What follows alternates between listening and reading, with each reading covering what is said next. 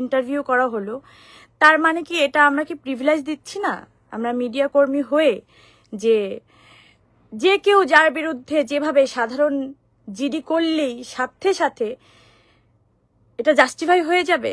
আপনারা কথা বললে আসলে কিন্তু এটা জাস্টিফাই হয়ে যায়, আপনারা যেভাবে কথা বলেন, মানে যেভাবে কথা বলেছেন আজকে সারা দিন। উনি এত বিশ্রী ভাষা গালিগালাজ দিয়ে আমাকে মারধর শুরু করছে। গৃহকর্মীকে নির্যাতনের অভিযোগ মধ্যরাতে লাইভে এসে খুব ঝাড়লেন পরিমণি। সামাজিক যোগাযোগ মাধ্যমে ফেসবুক লাইভে এসে খুব ঝাড়লেন ডালিউডের আলোচিত অভিনেত্রী পরিমণি।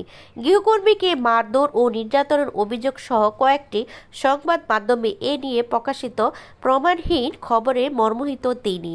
শুক্রবার 4 এপ্রিল দিবাগত রাত 2:21:06 ব্যাপী একটি ফেসবুক লাইভে নিজের বক্তব্য তুলে ধরেন পরিমণি। বলেন, দুপুরের পর থেকে বিভিন্ন সংবাদ মাধ্যমে গৃহকর্মীকে মারধর ও নির্যাতনের খবর দেখছি।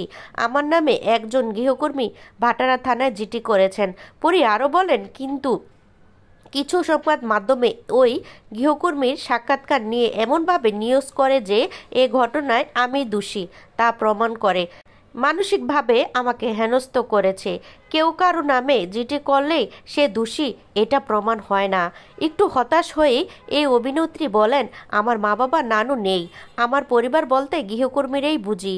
আপনারা অতীতে দেখেছেন আমি কোনো উৎসব কিংবা ঈদ আমার স্টাফ কর্মীদের নিয়েই উদযাপন করি।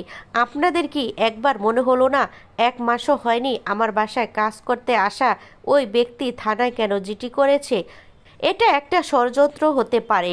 সাংবাদিকের উদ্দেশ্যে পরিমণি বলেন, যারা দেশের বড় প্রতিষ্ঠানে কাজ করেন, এস্টাবলিশ প্রতিষ্ঠানে কাজ করেন, তাদের একটু ভেবেচিন্তে কাজ করতে হয়, কারণ তারা যে নিউজ করেন সেটাই তো সত্য বলে ধরা নেওয়া হয়। একটি প্রতিষ্ঠিত সাংবাদিক তা করেনি বলে আজ এত রাতে আমাকে লাইভে আসতে হয়েছে।